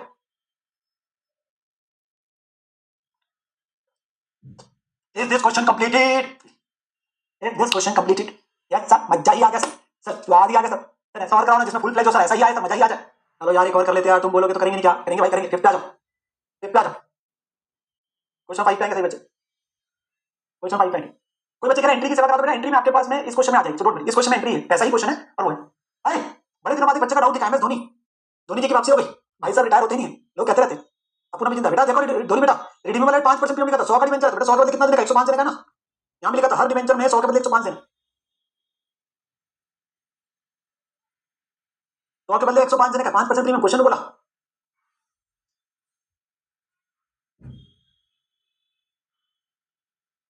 आगे तो मैं खा चला गया, चलो भाई। हाँ जी, क्वेश्चन नंबर 5 क्या आ जाएंगे सभी? हाँ जी, क्वेश्चन क्या है? The summarise balance sheet of convertible limited, कहता है समराइज बैलेंस शीट आपको दी जा रही है कन्वर्टिबल लिमिटेड की, जो कि अनलिस्टेड कंपनी है वैसे, other than AFA banking company, MBS NHSC, मतलब नॉर्मल अनलिस्टेड कंपनी है, ठीक है ना। As on 30 June stood as follows, तो बैलेंस शीट दे दी जिसमें इक्विटी शेयर से जनरल पीएनएल डीआरआर बना हुआ है, ये तो पहले ही बना हुआ है, हाँ ये तो लोड ही नहीं है किसी को। डिवेंचर भी दे दी, ये रहे डिवेंचर्स, बाकी लायबिलिटीज वगैरह, ठीक है। फिर एसेट दे दी, अरे इन्वेस्टमेंट भी बनी हुई है, क्या बात है यार, सब कुछ पहले हुआ है, हमारी लोड क्या है, कैश में करना है, कह रहे डिवेंचर की रिडम्पशन करनी है 1 जुलाई को। Terms of issue of the debentures को बोला गया कि उन्हें रिडीम किस पे करना है? 5% प्रीमियम पे, वैसे ही कुछ बताओ, 100 के बदले 105 देने का, 100 के बदले 105 देने का। एंड ऑप्शन भी दिया गया था उनको कि तुम कन्वर्ट करा सकते हो 20% हिस्से को इक्विटी शेयर्स में at a price of 15.75 per share and payment in cash, बाकी payment in cash. Assuming that, assuming वो कुछ एज्यूम करने को कह रहा है आपको, कह रहा है एक्सेप्ट फॉर 100 डिवेंचर होल्डर जिनके पास में 25,000 डिवेंचर्स है, बाकियों ने एक्सरसाइज कर दिया ऑप्शन फॉर द कन्वर्जन, मतलब 25,000 जो टोटल 1 लाख है, उनमें से 25,000 वालों ने ही आपके पास में जो है मतलब मना किया, बाकियों ने एक्सेप्ट किया, ठीक है ना। इन्वेस्टमेंट्स को कहता है कि आपके पास में बेच दिया पार पे ही, क्योंकि ऐसे देना तो इन्वेस्टमेंट बेचेंगे, और जो पार पे भी करिए ना भी बोले तो यही है। कह रहा है सारी transactions are put through without any lag on first July, अरे लैग तो हमारी क्लास में आता है भाई, देखो ना, कह रहा है विदाउट एनी लैग, कोई लैग नहीं है, इसका मतलब क्या है? सारा कुछ एक ही जुलाई को गया, मतलब कि जिनको पैसा देना था उनके मुंह पे पैसा मारा, जिनको शेयर देने थे उनको भी शेयर उसी दिन देगी, जो इन्वेस्टमेंट बेच के पैसा आना था वो भी उसी दिन हो गया, सब काम 1 जुलाई को गया भाई, सब काम 1 जुलाई को गया, बिल्कुल कोई आपके पास में कुछ नहीं है चेंज वगैरह, कुछ ऐसा नहीं कि डिले वाला काम चल रहा है, ठीक है ना, सब एक ही दिन हो गया, ठीक है। कह रहा है एंट्रीज डाल देना, कह रहा है एंट्रीज डाल देना, ठीक है, पास जर्नल एंट्रीज, पास जर्नल, यहाँ पे एंट्रीज मांगे, देखो एंट्रीज डालने से पहले अगर मैं सिंपल सी बात करूं, हम अपने पास में वैसे ही जैसे हमने पिछले क्वेश्चन में किया था, वैसे हम अपने पास में कर सकते हैं इसको। अच्छा इवन बिफोर आई स्टार्ट मैं एक चीज चेक करा दूं तुम्हारे को, अरे सर चेक कराओ, हमारे डिवेंचर कितने हैं? सर हमारे डिवेंचर टोटल में 1 करोड़ की वैल्यू के। अब मुझे बताओ डीआरआर और डीआरआई जो बनने का होता है, डीआरआर और डीआरआई जो बनने का होता है वो कितने परसेंट बनता है? कितने परसेंट बनता है? सर डीआरआर जो बनता है वो 10% बनता है, डीआरआई जो बनता है वो 15% होता है, तो चेक कर लो ना उतना बना हुआ है कि नहीं बना हुआ, चेक करो ना, ठीक है ना। तो यहाँ पर मैं 1 करोड़ का 10% ही बना हुआ है क्या? ये यस सर 10% पूरा बना हुआ है, बिल्कुल सही बना हुआ है। और क्या ये 1 करोड़ का 15% ही बना हुआ है? हाँ सर 15% ये भी पूरा बना हुआ है, तो कुछ और बनाने की लोड नहीं, एडिक्वेट, एडिक्वेट। देखिए ऑप्शनली कन्वर्टेबल है, प्लीज समझना, कंपल्सरी कन्वर्टेबल है, इससे पूरे पे बने, जहां कंपल्सरी कन्वर्टेबल होते हैं ना वहां पे हम कन्वर्टेबल वाले इससे भी नहीं बनाते, यहाँ ऑप्शन है, लेना चाहते हो ले लो, नहीं लेना चाहते ना लो, तो इसलिए पूरे पे बना, इसलिए पूरे 1 करोड़ बना, तो बात की बात है किसी ने ऑप्ट करके शेयर ले लो, बात की बात, ठीक है ना, इसलिए पूरे पे ही बना, इसलिए पूरे पे ही बना, ठीक है ना। यहाँ कन्वर्टेबल वाले का रोल नहीं आएगा, क्योंकि वो व्यक्ति ऑप्शन कन्वर्ट का ऑप्शन लेगा कि नहीं लेगा तो उस दिन पता चलेगा ना। तो जो हमारा नहीं बनता वो मैंने क्या बोला था आपको, बड़ा क्लियरली बोला था, वो किस पे नहीं बनता? जो हमारा कंपल्सरी कन्वर्टेबल होता है, जो हम क्वेश्चन कर रहे हैं ऑप्शनल वाले हैं, ऑप्शनल वाले हो भी सकता है आप करें, नहीं भी हो सकता, देखो ना कहीं आप क्या कहीं आप नहीं किया, तो इसलिए उस केस में पूरे पे बनाओगे, आपको क्या पता करेगा कि नहीं करेगा, ठीक है ना, वो तो पता उस दिन चलेगा। तो अभी के लिए मेरे पास में before we start with the entries, पहले मैं सोच रहा हूँ चार्ट ही बना दूं, ठीक है। तो यहां पर मैं टोटल डिवेंचर्स कितने हैं,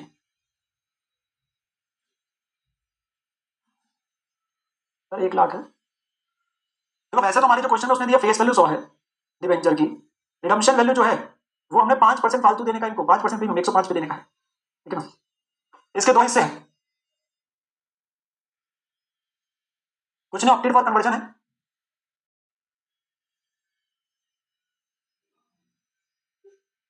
और कुछ नॉट ऑप्टेड फॉर कन्वर्जन है।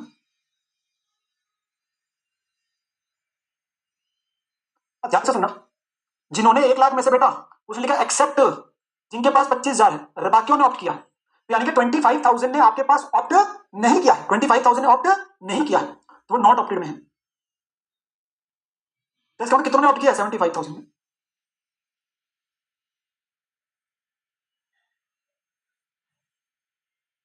ठीक है ना, प्लीज इंग्लिश को ध्यान समझना, मुझे तुम्हारी इंग्लिश पे पहले बहुत विश्वास है, इसमें जहां इंग्लिश लिखी होती है थोड़ी सी तुम्हें डिटेल में समझानी पड़ती है, ठीक है ना, तुम्हें आता सब होता है, बस इंग्लिश खराब है। अब इसमें से भी क्या बोला भाई, इसमें से भी क्या बोला, तो देखो ना, कन्वर्टिबल पोर्शन कितने का है, और बाकी क्या बेटा कैश देंगे, तो उसमें से भी कन्वर्टिबल कितने का है सर, उसमें से भी 20% ही कन्वर्ट होने का, ठीक है ना, 20% ही है, 80% के बदले तो नगद ही देना, ठीक है ना, 80% ही है, ठीक है ना। तो यहाँ पर मैं कितने नंबर ऑफ डिबेंचर्स आगे बेटा, क्या इस क्वेश्चन हम ये चार्ट बना सकते हैं, बिल्कुल ये वर्किंग नोट है आपके लिए, इससे आपके पास फिर एंट्रीज में आपको दिक्कत नहीं आएगी। तो 15,000 वालों को क्या देंगे, शेयर देंगे, यानी कि 60,000 वालों को क्या देने का है, कैश देना है, इनको भी क्या देना है, कैश देना है, इनकी तो बात अलग होगी, इनकी तो बात अलग होगी, ओके। हर डिबेंचर के बदले कितना देना है सर, रिडम्पशन वैल्यू निकल जाएगी, 100 के बदले 105, 15,000 इंटू 105, 15,75,000,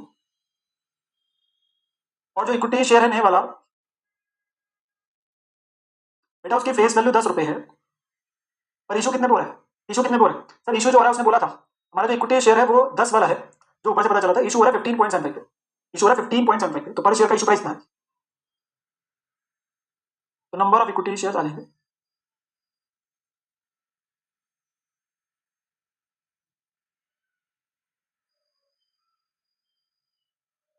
तो कितना आ गया 1 लाख शेयर।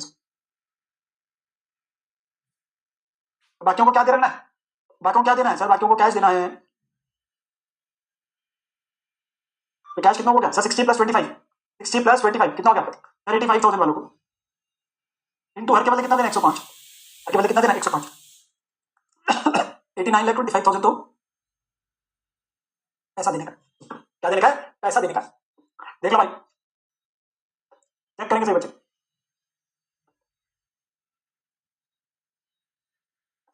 चेक करेंगे सही बच्चे, यहां तक हमारे पास में क्लियर है कि नहीं, चेक कर लो सही बच्चे, यस सर, यहां तक हमारे पास में क्लियर है, okay. Now we have to pass with बेटा जर्नल एंट्रीज, जो क्वेश्चन हमसे पूछा था वो तो जर्नल एंट्रीज मांगे ना इस पूरे क्वेश्चन में। तो सबसे पहले मैं क्या करता हूं, सबसे पहले देखो डीआरआर और डीआरआई तो बना भाई है, डीआरआर और डीआरआई दोनों बने, तो उनका कुछ नहीं करना, we will start directly with the due, we will start directly with the due की एंट्री से, तो ड्यू की एंट्री जो आपके पास है, बच्चे मुझे 60,000 कैसे आ बेटा, वेरी इंटेलिजेंट आउट, टोटल 75,000 में से अगर 20% 15,000 बनता है, बस मैंने यही कैलकुलेशन लिखी थी, वैसे परसेंटेज लिखी थी बेटा, फिर भी लिख देता हूं, देखो दो दो ऑप्शन से देता हूं तुम्हारे को, 75,000 का 80% या 75,000 माइनस 15,000, ठीक है बेटा सौरभ, लो ये भी लिख दिया मैंने, देख लो अगर कुछ और लिखना रह गया हो तो। राघव बेटा मैंने हर क्वेश्चन में इशू प्राइस से ही डिवाइड किया है, राघव कह रहा पहले तो आप 10 से डिवाइड करते थे बेटा, किस क्वेश्चन में 10 से डिवाइड किया है, यहाँ भी 15 से किया है, यहाँ भी आपके पास एक एग्जांपल कराया था उसमें भी आपके पास 15 था तो 15 पे ही किया था, गुड मॉर्निंग राघव बेटा, और यहाँ पे भी 60 पे इशू किया था तो 60 पे ही आपके डिवाइड किया था, इतने महान बच्चे हैं, चलो भाई आ जाओ इधर। तो डीआरआर और डीआरआई बेटा जो है, डीआरआर और डीआरआई जो है वो दोनों के दोनों प्लीज ध्यान से सुनना, वो दोनों क्रिएटेड है पहले से, दोनों पहले से ही क्रिएटेड है, तो हमें कुछ करने की जरूरत नहीं, हाँ उनको क्लोज करेंगे, इन्वेस्टमेंट को बेचेंगे, ठीक है ना, इन्वेस्टमेंट को बेचेंगे और आपका डीआर जन में चला जाएगा, ठीक है ना, बट पहले आपके पास ड्यू की एंट्री लगेगी, तो कितने परसेंट वाले डिबेंचर्स हमारे सर, 13.5% डिबेंचर्स है, तो एंट्री ड्यू की डाल देंगे, 13.5% debentures account debit, premium on redemption account debit to debenture holders account, ठीक है जी, टू डिबेंचर होल्डर्स अकाउंट, ठीक है, तो यहां पर मैं अमाउंट जो बनेगा ध्यान से सुनते जाओ बेटा, टोटल में हमारे कितने हैं सर, 1 करोड़ का अमाउंट है, जो फेस वैल्यू है, कितना है परसेंटेज प्रीमियम और रिडम्पशन सर, 5%, तो 5% एक्स्ट्रा देना ना, 100 के बदले 105 दे देना, 100 के बदले 105 दे देना, तो कितना हो गया सर, 5 लाख, तो कितना हो गया टोटल में, 1 करोड़ 5 लाख, जो टोटल में, ठीक है यस सर, फिर ये amount due to debenture holder हो गया, लिख देता हूं, being amount due to debenture holder, ठीक है, दूसरा आता है बेटा जब आप इन्वेस्टमेंट बेचेंगे, जब आप इन्वेस्टमेंट बेचेंगे तो जब आप इन्वेस्टमेंट बेचेंगे तो एंट्री क्या आएगी, bank to DRR investment. Redemption से पहले क्या करेंगे, इन्वेस्टमेंट बेचेंगे तो bank to DRR investment. 99.9999% cases में बेटा वो हमेशा यही लिखता है कि इन्वेस्टमेंट जब भी बेची जा रही है पार पे बेची जा रही है, but it may be possible कि वो कई बार बोलते हैं एक्स्ट्रा है, वो हमेशा यही बोलते हैं पार पे बेची, मतलब जो 15 लाख की इन्वेस्टमेंट है 15 लाख पे बिकी है। अगर कभी भी कम या ज्यादा बेचेंगे तो बेटा पीएनएल में चला जाएगा, कम या ज्यादा में अगर कभी हो किसी क्वेश्चन में आपके ऐसे होता नहीं है, मैं वैसे बता रहा हूं, तो 15 लाख ठीक है, वो आ गया। तो ये आ जाएगा आपके पास बीइंग इन्वेस्टमेंट सोल्ड।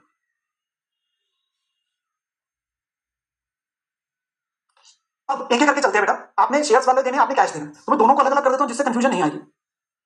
तो जिनको शेयर्स देने हैं तो उनकी एंट्री क्या आएगी, debenture holders account debit to equity share capital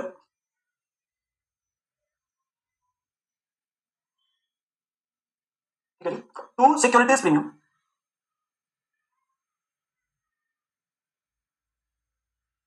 ठीक है, तो यहां पर मैं एंट्री करेंगे debenture holder to equity share capital to security. आपने कितना अमाउंट देना था इनको सर, 15,75,000। तो इक्विटी शेयर में कितना आएगा सर, कितने शेयर दिए जा रहे हैं सर, 1 लाख। तो 1 लाख जो है इंटू 10 रुपए, 1 लाख इंटू 5.75, तो कितना कितना हो गया सर, 10 लाख और 5,75,000, ठीक है ना, तो बस स्प्लिट हो गया। ठीक है, ये हमारे पास आ गया बीइंग 1 लाख इक्विटी शेयर्स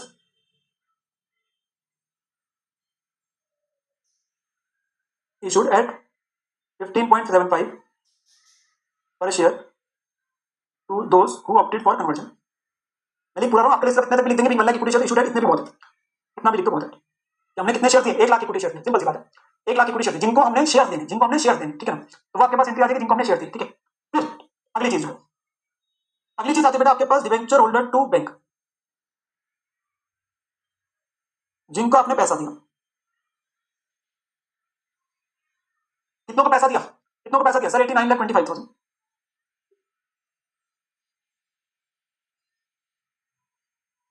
ठीक है, तो यहां पे आ जाएगा बीइंग पेमेंट मेड टू, जो हमने 85,000 डिवेंचर होल्डर्स को दिया, यहां पर लिख देना being cheque thrown on the face of debenture holders. ठीक है ना, वो तुम्हारी और मेरी बात है, एग्जामिनर को भी बताने का होगा। ठीक है, हाँ सर एग्जामिनर को भी बताएंगे। चलो अब रिडम्पशन होगी तो डीआरआर का क्या करेंगे, अरे सर डीआरआर का कुछ नहीं करने का, वो तो आपका जर्नलिज्म में चला जाएगा। ठीक है, तो being DRR transfer to general reserve,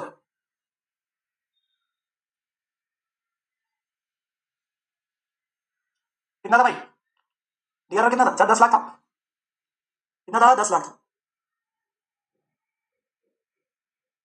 तो इन्वेस्टमेंट बेच दी, यस सर, रिडम्पशन होगी ड्यू करके, यस सर, और आपका डीआरआर। एक चीज और है जो हमने राइट ऑफ करके दिखाने का, which is PNL to premium redemption. जो प्रीमियम रिडम्पशन को क्या किया जाएगा बेटा, राइट ऑफ करेंगे हम लोग। अब आप खुद सोच सकते हो प्रीमियम रिडम्पशन पहले से क्रिएटिव नहीं था, अगर वो होता तो यहाँ लायबिलिटी साइड में दिख रहा होता ना, तो ऑब्वियसली उसको क्या करेंगे, हम उसको क्या करेंगे सर, उसको राइट ऑफ करके दिखाएंगे, उसको क्या करेंगे, राइट ऑफ करके दिखाएंगे। ये जो प्रीमियम रिडम्पशन है जो 5 लाख का था, ठीक है, इसको राइट ऑफ करके दिखाने का, इसको राइट ऑफ करके दिखाने का है, being premium redemption return of.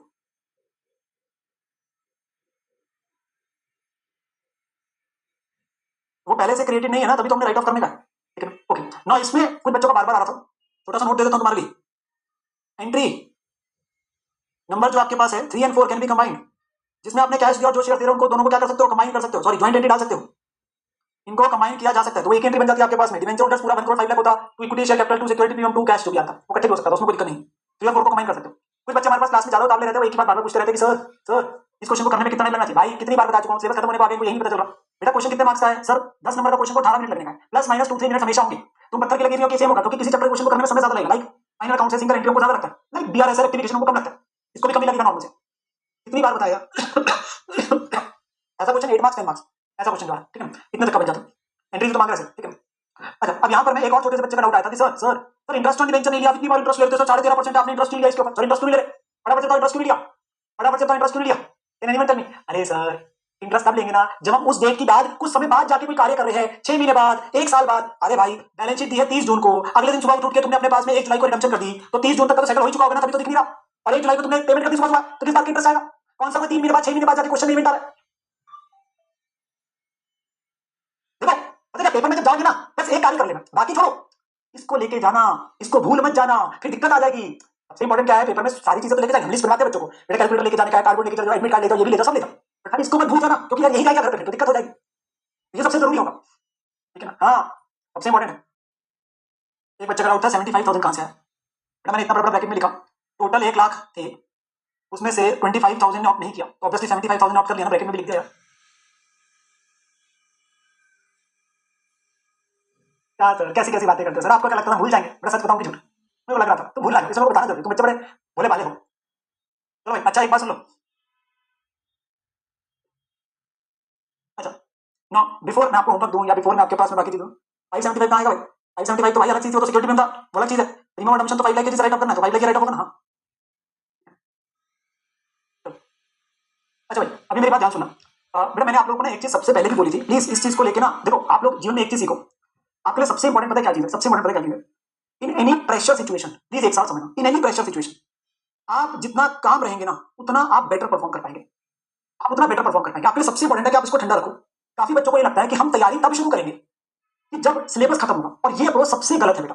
काफी बच्चे बार बार इसी चीज के पीछे छोड़े, सिलेबस खत्म हो भाई, मैंने तुम्हें पहले एक चीज बताई थी, हमारे सिलेबस को बेटा अप्रोक्सीमेटली आपके पास मान के चलो ऑलमोस्ट 110 क्लासेस ओवरऑल लगती है, अकाउंट का syllabus in terms of the quantum of the syllabus सबसे ज्यादा बेटा, कोई एमसीक्यू नहीं है, क्वेश्चन समझ आपको कराने हैं, कॉन्सेप्ट है, जर्नल एंट्रीज है, लेजर कौन सा बैलेंस शीट है, and from the beginning till now देख लीजिए हमने कितनी क्लासेस आपकी कभी ऑफ हुई होगी, मतलब मैं अपनी तरफ से कोशिश करता हूँ, ठीक है ना, और जितना समय लगना है मैं सच्ची बता रहा हूँ उतना प्लस लगा रहा हूँ, उससे बेटर ही हम कर रहे हैं अपने तैयारी। अगर आप ये सोचेंगे कि सर हम तो तैयारी तब शुरू करेंगे जब सिलेबस खत्म होगा, वो अप्रोच आपकी सबसे गलत है, वो सबसे गलत अप्रोच है, और आप प्रेशर के चक्कर में खुद गलत कर रहे हैं। मेरे को जितना लगेगा, तुम जितना मर्जी लिखते रहो भाई, मेरे को जितना, तुम पहली बार पढ़ रहे हो ये फाउंडेशन, हर साल पढ़ा रहा हूँ, हर बार पढ़ा रहा हूँ, और तुम्हें मैं बता नहीं सकता कि जो बच्चे जिनके पेपर जो होते हैं वो कई बार तो किसी वजह से ऐसा भी हुआ 15-15 दिन पहले भी सिलेबस खत्म हुआ है, तो ऐसा हुआ किसी वजह से बैच लेट शुरू हुआ, बीच में कंटिन्यूएंसी होगी, कुछ हो गया, मेरी बात समझो, अच्छा ना उन बैचेस के बच्चों ने 90 90 95 नंबर लेके आए अकाउंट्स में, और मुझे तुम्हारे पैसे विश्वास है, और तुम्हारे साथ में प्रॉब्लम क्या है, तुम्हें एक ही चीज की जल्दी है, मैंने तुम्हें क्या बोला था, मैंने महीना पहले बोल दिया था प्लीज अपनी रिवीजन चालू कर दो यार, प्लीज अपनी रिवीजन, और जो लास्ट के चैप्टर्स है ये तो तुम्हारे वैसे ही मजबूत हो रहे हैं क्योंकि तुम्हें दिमाग में इससे तुम्हें समय कम लगेगा, इसके क्वेश्चन तक बात करते चलो साथ के साथ, जिस तो मैं भी तुम्हें लास्ट में दूंगा खत्म होने के बाद, बट मैंने तुम्हें बात समझाई ना, तो इस चीज को छोड़ दो,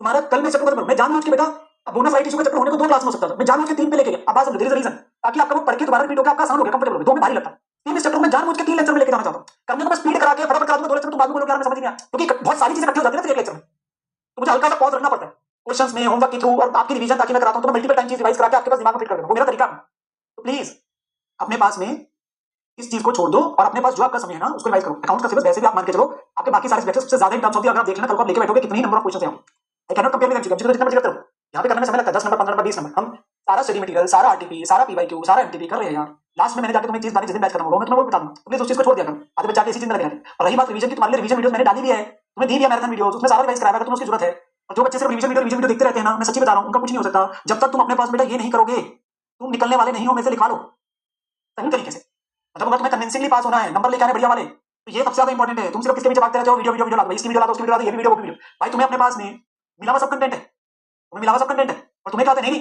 दोबारा दोबारा तुम्हारे पर रिवीजन वीडियो भी दे रखी है, तुम्हें लिंक डाल रखे ट्रैकर में, दोबारा दिखा दूंगा भाई, ट्रैकर के अंदर सब डाला है, तुम जब तक ये करोगे नहीं तब तक समझ लो मेरी बात को, ठीक है, चलो अभी के लिए चीज तो चलती रहेगी, ठीक है, एक बच्चा बोला ट्रैकर था, बैच खत्म होने को आ गया, इन्हें ट्रैकर का ही नहीं पता, चलो बहुत ही बढ़िया, चलो अभी के लिए ये बात है तो तुम्हारे साथ जितनी मर्जी कर लूं, आगे बच्चों ने फिर से वो आके सेम डाउट पूछ लेना, सर प्लीज सर फटाफट करा दो सर, फटाफट करा दो, अच्छा एक बच्चे का डाउट आ रहा है सर 4th एंट्री में एसपीआर नहीं आएगा, अब बेटा आप प्रेफर पीएनएल करो इस पूरे चैप्टर में, इसके पीछे का कारण रिडम्पशन ऑफ प्रेफरेंस शेयर में समझा दूंगा, प्लीज समझो, आपके पास यहाँ पीएनएल ही सही हमेशा राइट ऑफ करो, और एक लॉजिक आपको देना है पर वो मैं डिटेल में समझाता हूँ प्रीमो रिडम्पशन में, ठीक है, चलो तो राइट ऑफ पीएनएल टू प्रीमो रिडम्पशन करो, बेटर रहेगा ठीक है, वो मैं आपको पूरा लॉजिक दूंगा जब हम यूसेज ऑफ सिक्योरिटी में पढ़ाऊंगा, अभी मैं पढ़ाने आपको, ठीक है, चलो आज तो होमवर्क क्वेश्चन सुन लो, तू तक तो तुमने कर लिए थे, आज निपटा डालना, निपटा डाल दोगे, देखो ऐसे निपटा तो नहीं सकते, कुछ चीजें कराने वाली है कुछ चीजें कर भी सकते हो, अब मजा आएगा होमवर्क करके आओ, आज तो मजा आएगा होमवर्क करके आओ, लो भाई अब करके आओ तुम होमवर्क, चालू हो जाना थर्ड से लेके 6 तक तो करना ही है, 7 जैसा मैं कल क्लास में कराऊंगा, 8 9 10 भी निपटा दो, कोई दिक्कत नहीं, कल पता चलेगा, फिर मैं कल डिस्कस कर पाऊंगा बेटर, 10 तक ही, हाँ सिर्फ 10 तक बस, ज्यादा नहीं है, मतलब एक्सेप्ट 7 बाकी छोड़ दे, 7 ऐसे आना 7 मैं क्लास नहीं कर दूंगा, 4th एंट्री में बोला, 4th एंट्री में क्या बोलने का, 4th एंट्री में क्या था,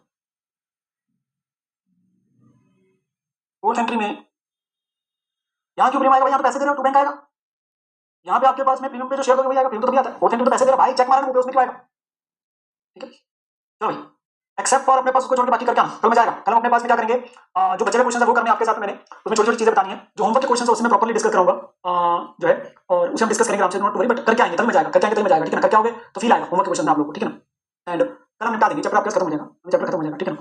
चलो वंश बेटा कल दिखा दूंगा मैं, ठीक है। चलो लव यू मेरे प्यारे प्यारे बच्चों, लव यू। ठीक है, आप लोगों के साथ पढ़ने में पढ़ाने में आप लोगों को मजा बहुत आता है सच में, होपफुली आपको भी आता होगा, ठीक है ना। बस आराम से ठंडे दिमाग से एंजॉय करते हुए पढ़े, कभी भी बाहर ना आने देते, कभी भी मजबूरी से ना पढ़ो, मैं हमेशा यही बोलता हूँ। Just enjoy the learning. अगर आप उसे मजे से अपने पास पढ़ेंगे, चीज को अंडरस्टैंड करके पढ़ेंगे, आप अपने लिए पढ़ेंगे और ये सोचेंगे कि हाँ इससे मेरे को बेनिफिट होगा, तो ही मजा आएगा, तो ही हम लंबे समय तक पढ़ पाएंगे। वो सिंगल डे में भी तभी ज्यादा आउटपुट निकलेगी, वो लंबे समय तक भी आप तभी पढ़ पाओगे, सिर्फ फाउंडेशन में भी, इंटर में, फाइनल में भी। बस किताबों को अपना दोस्त बनाने की जरूरत है और उससे अपना एंजॉय करने की जरूरत है, बोझ तले नहीं पढ़ने का फायदा कोई, ठीक है। चलो love you, bye, have a great day, बाकी बात कल करते हैं आप लोग, ठीक है। Bye bye.